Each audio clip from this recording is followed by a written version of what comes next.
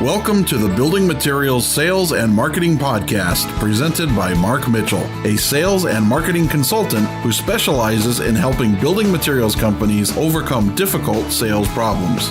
Mark is the author of the book Building Materials Channel Marketing and a frequent speaker at industry events. Hello, this is Mark Mitchell from Wizard Strategy. I hope you're having a great day today. Today I'd like to talk about focusing. I've really gotten into, as I was looking at kind of, evaluating the end of the year and looking forward and planning on how I would do things better, I started to read more about focusing. And there was an interesting article in which this person interviewed Warren Buffett, and he gave this advice about focusing that I thought was really, really powerful. Warren asked the person to write down everything that he should be doing, that he was doing, that he wanted to do, that he had to do, that he needed to do. Just write down everything that he could think about on this list. And then Warren asked him what were the top 5 priorities from that list. The 5 most important things that this person should be doing to be more successful. And he circled those 5. And then Warren asked him about the rest of them, we'll say the other 25. And the person's response was, well, those are secondary, or those are on the back burner, or those are when I have time, I'll get to them. And Warren looked at him and said, no, you should avoid those things at all costs. And that really hit me, because I thought about how many times that I have done that. What am I going to focus on? But I have that other list that's always sitting there. And then you find yourself somehow drifting over to some of those other 25 that are not your top 5. And it really hit me, the idea of instead of just paying more attention to your top 5, to literally do everything you can to avoid anything that is not on the top 5. I just wanted to start today out by sharing that, because I thought it really got to me.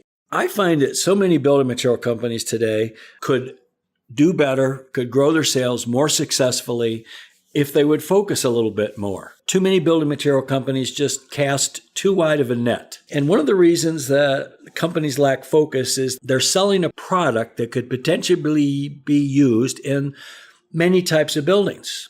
So a window, door, or a roof company could be a good example, in which they figure since every building has windows, doors, or a roof, they should treat every building as a prospect for their products. Instead of focusing, they cast as wide a net as they possibly can. When you lose focus this way, you're more likely to turn your product into a commodity. When you sell yourself as the right door for any building, you're not positioning your product as the preferred solution for this specific building. Instead, it will be just one of several viable alternatives, which will make price a much more important factor. This is an extreme example, and most companies aren't this bad, but it's an easy trap to fall into, and many still do this. Another way that building material companies lose focus is by chasing the next bright, shiny object. We all are guilty of this. I am myself. But for example, multifamily is one opportunity that many building material companies want to go after, not necessarily because their product would be a great fit for multifamily construction, but because it's a big and growing opportunity. Well, what's the harm in that? There's an opportunity, so why not take a gamble and see whether it pays off? The reason to be cautious is that every opportunity you pursue comes with some costs. There are 3 big consequences that I see when you're pursuing new opportunities. The first consequence is that your current business will suffer as you shift your sales and marketing attention away from the customers who provide the bulk of your income today. They should be your most profitable customers, but the less attention you pay to them, the less business they will give you. You may think that you have a lock on them or nothing's going to change, but if you pay less attention to them, you will start to see your sales decline. The second consequence is that the effectiveness of your sales and marketing efforts will decline. Your cost per sale will increase because you're entering a new market or selling to a new kind of customer. It will take some time and a lot of trial and error before you can figure out how to effectively and efficiently acquire these new customers. I'm not saying that it's not bad to go after a new type of customer. I'm just saying it's not going to be maybe as easy as you think. And then another consequence is when companies pursue new opportunities, when they still have plenty of opportunities available to them in their current area of focus. You're focused on selling to home builders and you decide to enter remodeling, even though you still have a lot of opportunity to grow with home builders. It takes time to convert a home builder, sometimes even years.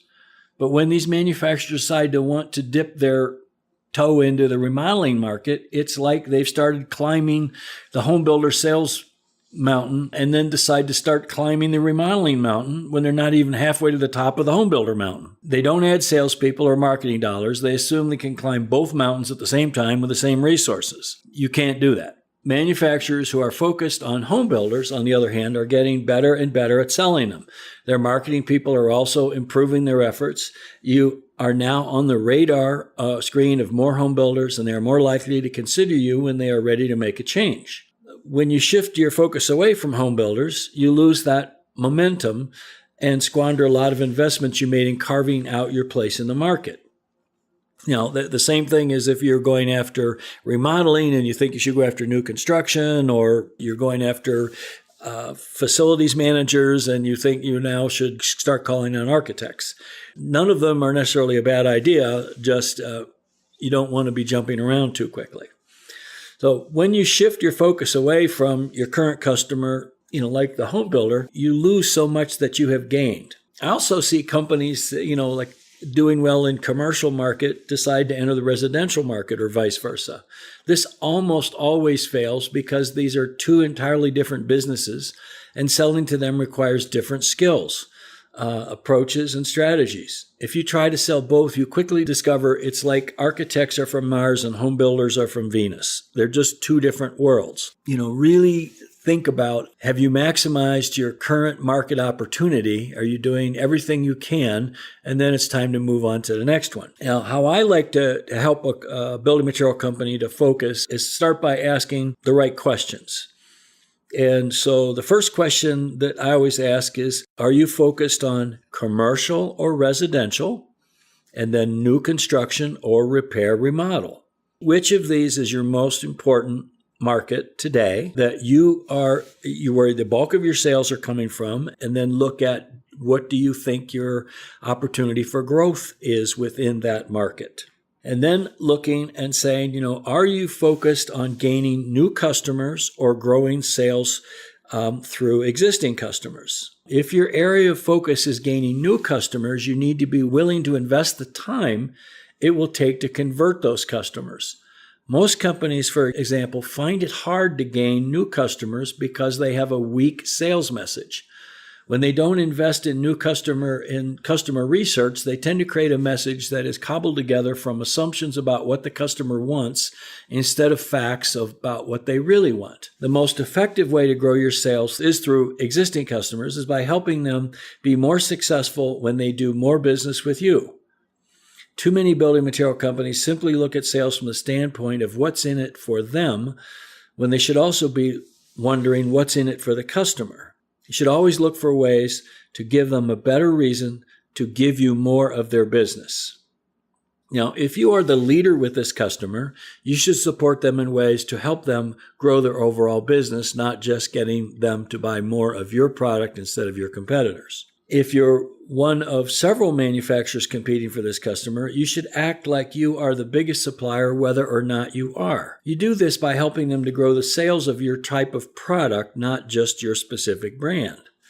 So if you sell doors to a dealer who carries 3 brands of doors and you are one of the smaller ones, rather than focusing on simply getting them to buy more of your brand of doors than the others, you should take the initiative and help the dealer to sell more doors overall. You will see, 1, his sales will go up, his loyalty to you will increase, and your market share or share of his business will increase at the same time. If a customer is going to sell $100,000 of your type of product in a year, your goal should be to help them sell 110,000. It should not be to make your product just simply a larger portion of the original $100,000. You want to help them grow the category. The company that helps a customer grow their sales to that $110,000 is the company the customer is going to be more loyal to. And as I said, they will see their share of the business increase. This will help you grow your sales with current customers like distributors, dealers, and big boxes, but you can take similar approaches with architects, builders, and contractors. Find a way to help them be more successful, and you have made yourself indispensable. That's a lot more valuable than convincing them to put in one more larger order for your product. Now, another way to look at this, if you've decided that new construction, commercial, residential, remodel, you've decided where you are, then you've decided whether or not you're going to focus on gaining new customers or growing sales through your existing customers. Now, the next thing that you want to look at is what are the top 3 types of buildings or customers you want to pursue. When you focus on just a few types of buildings or customers, you set yourself apart from your competitors. So if you sell, for example, commercial interior doors, hospitality is probably a great market for you. If you target the hospitality market with product development, sales methods, and marketing message, all tailored specifically for them and their needs, you'll become an expert on your customer's business and stand apart more from your generic competitors. So in other words, if you are the door company that understands the hospitality industry better than anybody else, even if your doors are the same as everybody else's, you will be viewed as the hospitality door. And so pick a few markets or types of buildings like hospitality or warehouses or office buildings, healthcare, universities, whatever it is, and really understand those buildings and the business of those buildings. Another way to look at it is to take a type of customer. So, you have builders that build, we'll call it entry-level tract homes. You have builders that they're extremely green. You have builders who are high-end custom and all different variations. So another way to do it is to take a type of customer and really understand them and their needs better than your competitors. So it doesn't mean that you aren't going to be selling to other people, but the more you can focus on a few, the more you will be viewed by those customers as the go-to company, the go-to people, the go-to person. Okay? Now, some ways to do this is number one is if you've picked a market, and we'll just for now say hospitality. Well, you want to educate your sales and marketing people about the hospitality business and the role that doors or your product plays within the hospitality business. You want to keep them up to date with the latest trends in hospitality and the challenges faced by owners, operators, architects, contractors, and facilities managers. Hospitality, we'll say, means hotels, and are hotels having occupancy problems? Are hotels having maintenance problems? Are hotels having labor problems? It really doesn't matter. It's just that you're aware of what's going on in their world. And then the next part of that is to stay on top of things, is to join and participate in associations like a hospitality association.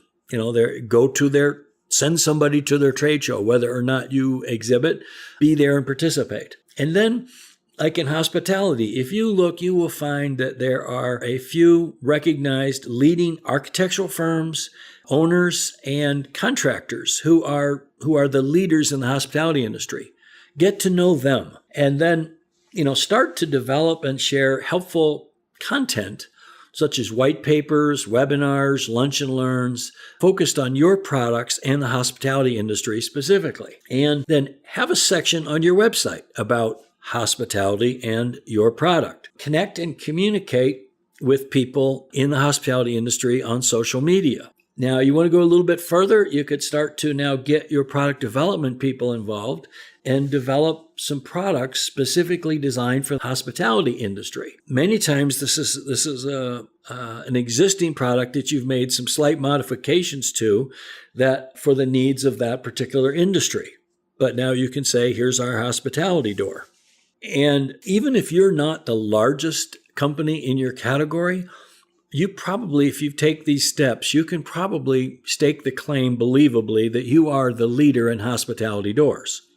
It doesn't mean you're the number one seller. It means that you're the leader because you know more about the hospitality industry. So look at picking, and then once you own that industry and you're confident you're on top of it, now what would be the second and then the third? Take them one at a time, do them really well, and you will be known within those industries as the preferred product or company to deal with because you really understand them. Now, another area to look at is the best geographic or locations or local markets. Too many companies look at, we'll say, the U.S. or North America as U.S. and Canada as one big market. But when you look around, Atlanta may be doing really well, and perhaps Dallas is not doing really well, or perhaps your type of product does really well in Atlanta and not so well in Dallas. And so would you be well served to kind of double up in the Atlanta market, pay more attention there than in the Dallas market? And just another area of focus to think about not only commercial or residential, new construction or remodel, the type of building, type of customer, but also to be thinking about, are there some geographic areas that are just a great opportunity for you that you have not fully taken advantage of yet? Now, other big advantage I find is when you focus this way is it's easier to get everyone on your sales and marketing, your whole company on the same team.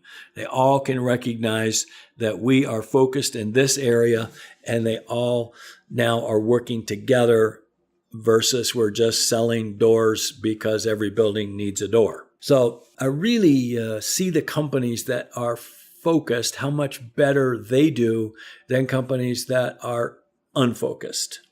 So I encourage you to think about how you could become more focused. It doesn't mean to stop selling or stop pursuing, although I do love that Warren Buffett statement. In other words, if there's 25 kinds of buildings that could use your product, that you pick the top 5 and then you avoid the bottom, the rest of them, which I think would be hard for anyone to do, but it's an interesting thought to force yourself to stay focused on the ones that you think have the best opportunity for you. If you'd like to learn more about how to focus your company, you should consider coming to my Wizard Summit. Twice a year, I do a 2-day workshop on building material sales and marketing, and we limit it to non-competing companies. And so we really get into your situation and we'll help you to determine how better to focus your efforts, which markets, and if you're going after that market, what are the best messages and strategies to be successful. So I hope you will consider coming to a Wizard Summit at some point. Thank you for listening to this podcast from Mark Mitchell on building materials, sales, and marketing. We hope he gave you some fresh perspectives on how to grow your sales, and will listen to future episodes.